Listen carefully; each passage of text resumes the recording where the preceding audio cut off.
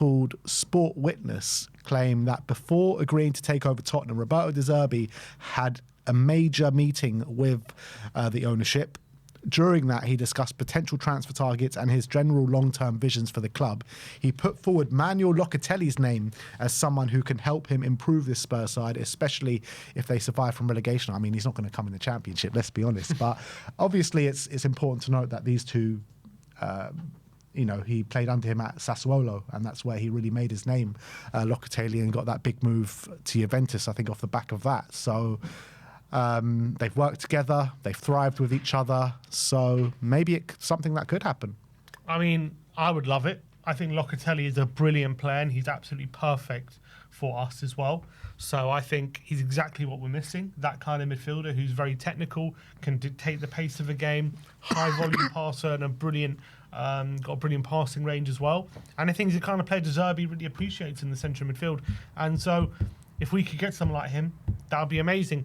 From what I understand, before Spalletti came in at Juve, he was not that appreciated there, and they were looking to move him on. But now Spalletti's there, he's now become more of a central figure. So if that's the case, it's going to be hard to convince him to leave Juve for us, considering, Juve, I know they've got their own struggles, but still one of the biggest teams in Italy.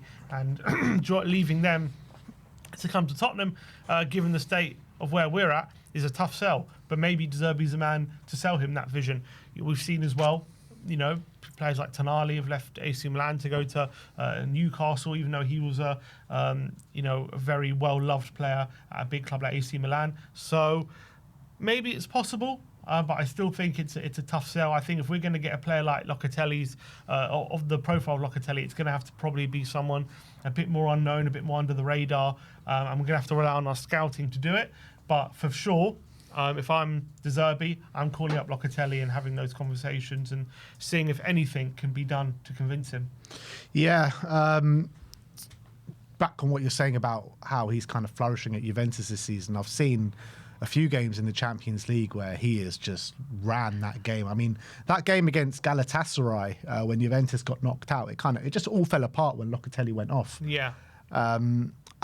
Do you think he's got that stamina, though? Because he kind of does seem to run out of gas maybe at like 70, 75 minutes, or he did in that game anyway. Like, can he keep the pace of the Premier League for like 90 minutes? Because like Serie A's a bit slower.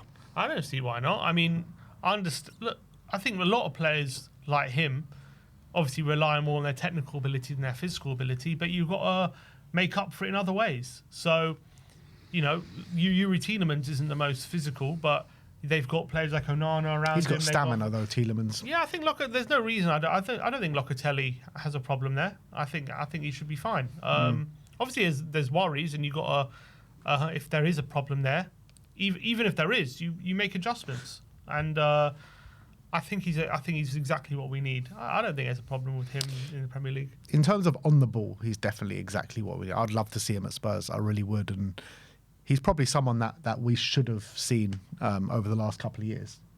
Like, sure. For sure. We've needed someone like him. All right, and now we've got Florian Manea piping up once again. And he says that, you want me to tell you something? We refused 50 million euros over 5 years for Radu. That's 10 million euros per year. Someone from Saudi called us and said they would give us 10 million per year to go there. We didn't even consider it. 10 million per year. Tell me how they would refuse that. It could have gone up to 15 million, even 20 million per year. It could have reached 100 million over 5 years. I would have taken the commission of 20 to 30 million, but we said we're not interested. There was an offer as well for him to go in the winter to Leipzig. Now we'll see if they'll try again or not. And according to Florian Manea, the relationship between the two parties remain active between Leipzig and Tottenham for a potential summer move. I think he will be gone in the summer, especially now De Zerbi's here. Yeah. I think he'll definitely be gone.